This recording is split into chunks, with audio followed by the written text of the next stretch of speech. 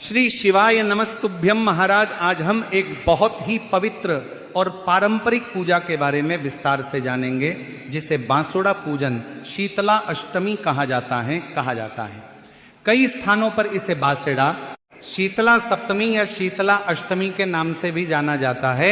यह पूजा मुख्य रूप से माता शीतला की आराधना से जुड़ी होती है और इसे बहुत श्रद्धा, विश्वास और परंपरा के साथ किया जाता है। भारत के अलग अलग क्षेत्रों में इस पूजा की परंपराएं थोड़ी अलग हो सकती हैं, लेकिन इसका मूल भाव एक ही रहता है। माता शीतला से घर परिवार की सुख, समृद्धि, स्वास्थ्य और शांति की कामना करना। बांसोड़ा पूजन का संबंध ठंडक और शीतलता से माना जाता है। इस दिन गर्म भोजन बनाने की परंपरा नहीं होती और घर में एक दिन पहले बनाया गया भोजन ही खाया जाता है, इसलिए इसे बासी भोजन का त्योहार भी कहा जाता है। ऐसा माना जाता है कि माता शीतला को ठंडा भोजन प्रिय होता है और जब भक्त इस नियम का पालन करते हैं तो माता प्रसन्न होकर अपने भक्तों को रोग और कष्टों से दूर रखती हैं। यही कारण है कि बांसोड़ा पूजन को विशेष रूप से स्वास्थ्य और सुरक्षा से जोड़कर भी देखा जाता है। ये पूजा आमतौर पर सुबह बहुत जल्दी की जाती है, जब हल्का अंधेरा रहता है। उसी समय महिलाएं पूजा के लिए घर से निकलती हैं। अधिकतर लोग सुबह लगभग 5 या 6 बजे के आसपास बांसोड़ा पूजते हैं। तो महाराज, इस वर्ष शीतला सप्तमी 10 मार्च मंगलवार को और शीतला अष्टमी 11 मार्च बुधवार को रहेंगी, चूंकि इन दोनों ही दिनों में यह पूजन किया जाता है। इसीलिए आपके क्षेत्र में सप्तमी अष्टमी जिस भी दिन यह पूजन किया जाता है, उसी दिन आपको यह पूजन करना है। तो यदि आपको यह जानकारी उचित लगे तो वीडियो को लाइक करें, चैनल को सब्सक्राइब करें और कमेंट बॉक्स में ओम नमः शिवाय या जय शीतला माता जरूर लिखें। तो महाराज, बांसोड़ा पूजन की शुरुआत पूजा की तैयारी से होती है। जब पूजा करनी होती है तो सबसे पहले एक पूजा की थाली तैयार की जाती है, जिसमें सारी आवश्यक सामग्री रखी जाती है। ये थाली साफ और पवित्र होनी चाहिए, क्योंकि उसी में सारी सामग्री लेकर पूजा के स्थान तक जाया जाता है। तो पूजन में सबसे पहले हमें बिड़ले की एक माला लेनी होती है। महाराज, ये उसी प्रकार की माला होती है जैसी होली के समय चढ़ाई जाती है। इस माला को शीतला माता को अर्पित किया जाता है और इसे बहुत शुभ माना जाता है। अब महाराज, इसके साथ ही हमें एक लोटा जल लेना होता है। इस जल में थोड़ा सा मक्खन डाला जाता है। यदि घर में मक्खन उपलब्ध न हो तो उसकी जगह मलाई भी डाली जा सकती है। ऐसा करना भी उतना ही शुभ माना जाता है। ये जल बाद में पूजा के दौरान उपयोग में आता है और इससे पूजा स्थान को पवित्र किया जाता है। अब महाराज, तिलक करने के लिए हल्दी भी ली जाती है। बांसोड़ा पूजन में हल्दी का बहुत महत्व होता है और इसी से माता को तिलक लगाया जाता है। हल्दी को शुभता, सौभाग्य और पवित्रता का प्रतीक माना जाता है, इसलिए पूजा में इसका उपयोग आवश्यक माना जाता है। इसके बाद एक और महत्वपूर्ण तैयारी की जाती है। जब पूजा के लिए जाने का समय आता है तो उसी समय थोड़ा सा आटा गूंदा जाता है। इस आटे में नमक बिल्कुल भी नहीं डाला जाता है। इसी के साथ महाराज, बांसोड़ा पूजन के लिए जो आटा गूंदा जाता है वो बिना नमक का ही होना चाहिए। साथ ही यह भी ध्यान रखा जाता है कि आटा पहले से गूंद कर नहीं रखा जाता है। जिस समय पूजा के लिए जाना होता है उसी समय ताज़ा आटा गूंदा जाता है। अब महाराज, जब आटा तैयार हो जाता है तो उससे छोटी छोटी लोइयां बनाई जाती हैं। इन लोइयों को साधारण गोल आकार में नहीं बल्कि थोड़ी लंबी आकृति में बनाया जाता है। आमतौर पर 5 या 7 लोइयां बनाई जाती हैं, क्योंकि 5 और 7 दोनों ही अंक शुभ माने जाते हैं। जब ये लोइयां बन जाती तो उन पर उंगलियों से हल्के हल्के निशान बना दिए जाते हैं। अब इसके बाद महाराज, भोग की तैयारी की जाती है।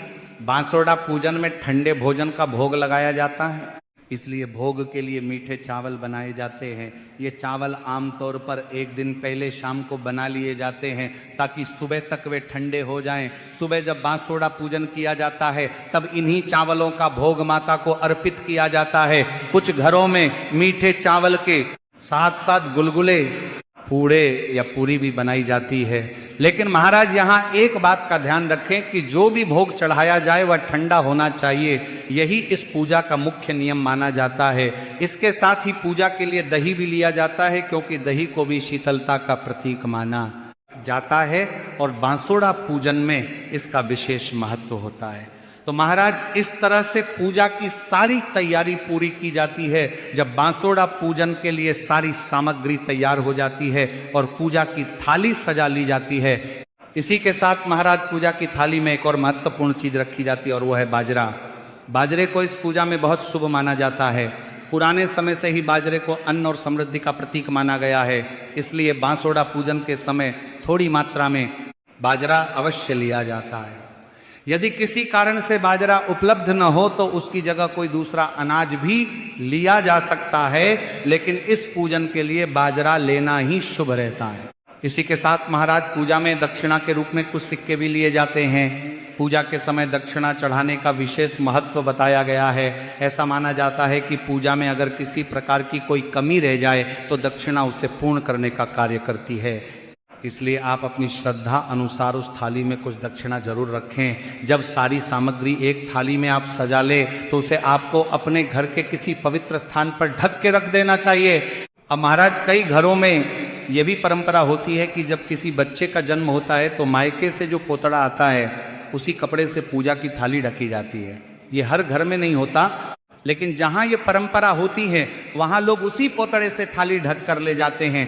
यदि ऐसा कोई कपड़ा न हो तो कोई भी साफ और पवित्र कपड़ा लेकर उससे थाली को ढका जा सकता है। अब महाराज जब माताएं बहनें शीतला अष्टमी या बांसोड़ा पूजन के लिए जाती हैं तो वे अपने सिर पर पीलिया भी ओढ़ती हैं। पीलिया एक प्रकार की पीली चुनरी या दुपट्टा होता है जिसे शुभ अवसरों पर ओढ़ा जाता है। पीला रंग बहुत शुभ माना जाता है और इसे भगवान तथा सौभाग्य का प्रतीक भी कहा जाता है। इसलिए किसी भी शुभ पूजा में पीलिया ओढ़ना अच्छा माना जाता है। अगर किसी के पास पीलिया न हो तो वह अपनी शादी की चुनरी भी ओढ़ सकती है, क्योंकि शादी की चुनरी भी बहुत पवित्र मानी जाती है। जब सारी तैयारी पूरी हो जाती है तब 10 या 11 मार्च सुबह बहुत जल्दी लगभग 5 या 6 बजे के आसपास, जब हल्का अंधेरा रहता है, उसी समय पूजा के लिए घर से बाहर निकले, क्योंकि बांसोड़ा पूजन का समय यही माना जाता है। अब महाराज ये पूजन कई लोग अपने घर के सामने ही कर लेते हैं, कुछ लोग चौराहे पर जाकर पूजा करते हैं और कुछ लोग उस स्थान पर जाते हैं जहां होली के समय होली का पूजन किया गया था। इन स्थानों को शुभ माना जाता है, इसलिए यहाँ पूजा करना अच्छा माना जाता है। तो महाराज पूजा वाले स्थान पर पहुंचकर सबसे पहले वहां एक छोटा सा स्थान तैयार करें।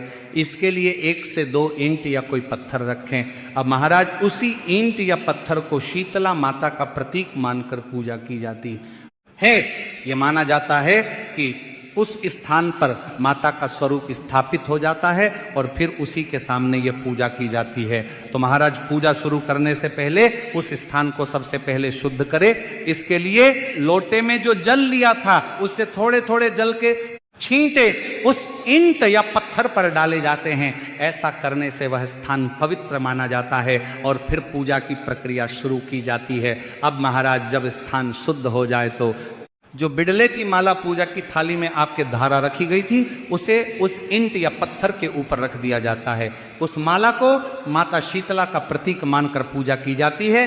इसके बाद माता को स्नान कराने के प्रतीक के रूप में फिर से हल्के हल्के जल के छींटे लगाए जाते हैं। इसके बाद हल्दी से तिलक लगाया जाता है।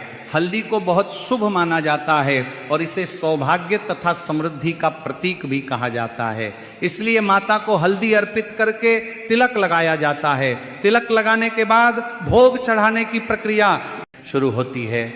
सबसे पहले मीठे चावल माता को अर्पित किए जाते हैं। ये वही चावल होते हैं जो एक दिन पहले बनाए गए थे ताकि सुबह तक वे ठंडे हो जाएं। कई परिवारों में मीठे चावल के साथ साथ गुलगुले, पूड़े या पूरी भी चढ़ाई जाती है। लेकिन एक बात का ध्यान रखें कि जो भी भोग चढ़ाया जाए वह ठंडा ही होना चाहिए, क्योंकि बांसोड़ा पूजन में ठंडे भोजन का ही महत्व माना जाता है। अब महाराज इसके बाद दही भी भोग के रूप में अर्पित किया जाता है। दही को शीतलता का प्रतीक माना जाता है, इसलिए इसे इस पूजा में बहुत आवश्यक माना जाता है। फिर जो आटे की लोइयां बनाई गई थी उन्हें भी माता के सामने अर्पित कर दिया जाता है। इसके बाद बाजरा चढ़ाया जाता है। अब महाराज जब पूजा की सारी सामग्री माता शीतला को अर्पित कर दी जाती है और भोग चढ़ा दिया जाता है, तब इसके बाद आपको अपने दोनों हाथ जोड़कर माता शीतला से पूरे मन से प्रार्थना करनी है कि हमारे घर परिवार में हमेशा सुख समृद्धि बनी रहे और घर परिवार को हर प्रकार की बीमारी, भूजन, कष्ट और संकट से दूर रखें, साथ ही परिवार के सभी सदस्य स्वस्थ और खुशहाल रहें। अब इसके बाद महाराज पूजा के स्थान के पास ही थोड़ा सा साइड में अपने मायके की माता का भी पूजन किया जाता है। ऐसा इसलिए किया जाता है क्योंकि महिलाओं के लिए उनके मायके की सुख और समृद्धि भी उतनी ही महत्वपूर्ण होती है जितनी कि अपने ससुराल की। इसलिए वे अपने मायके की खुशहाली और सुरक्षा की कामना भी करती हैं। इसके लिए उसी स्थान के पास एक अलग जगह बना ली जाती है और वहां पर हल्दी, चावल और दही अर्पित किया जाता है। उसके बाद थोड़ा सा जल छिड़क दिया जाता है और हाथ जोड़कर प्रार्थना की जाती है कि मायके में भी हमेशा सुख और समृद्धि बनी रहे, वहाँ किसी प्रकार की बीमारी या कष्ट न आए और वहाँ भी माता की कृपा बनी रहे। इस प्रकार एक ही पूजा में ससुराल और मायके दोनों के लिए मंगल कामना की जाती है। अब महाराज कुछ स्थानों पर बांसुड़ा पूजन के साथ एक और छोटी परंपरा निभाई जाती है जिसे बाजरा बोना कहा जाता है। ये परंपरा हर जगह नहीं होती, लेकिन जहाँ होती है वहाँ इसे बहुत शुभ माना जाता है।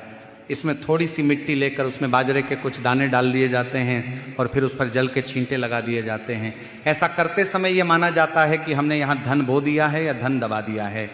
इसके बाद वहां खड़ी किसी महिला या बच्चे से मजाकिया अंदाज में कहा जाता है कि मेरे बेटे को कह देना कि मैंने यहाँ धन दबा दिया है, वह आकर ले जाए। ये एक प्रकार की पारंपरिक बात होती है जिसे खुशी और शुभ संकेत के रूप में कहा जाता है। अब महाराज जब आप संपूर्ण पूजन के बाद अपने घर की ओर लौटते हैं तो रास्ते में अगर कहीं नीम का पेड़ दिखाई दे जाए तो उसका भी पूजन किया जाता है। ये शीतला माता की पूजा में नीम के पेड़ का विशेष महत्व माना जाता है, इसलिए नीम के पेड़ को भी हल्दी, चावल और दही अर्पित करके थोड़ा जल चढ़ाया जाता है। ऐसा करना बहुत शुभ माना जाता है क्योंकि नीम को भी स्वास्थ्य और रोगों से रक्षा करने वाला पेड़ माना जाता है। अब महाराज अगर रास्ते में नीम का पेड़ न मिले तो भी कोई बात नहीं, आप सीधे घर लौट सकते हैं।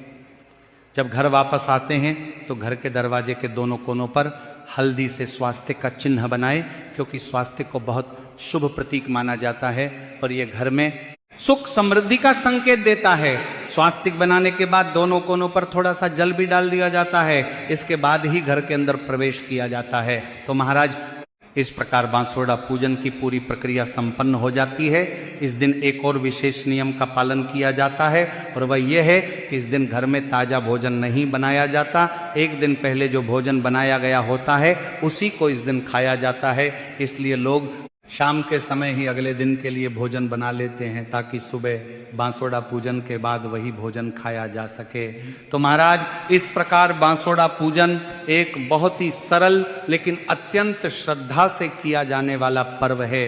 इसमें अधिक जटिल नियम नहीं होते, बस सच्चे मन से माता की पूजा की जाती है और परिवार की खुशहाली की कामना की जाती है।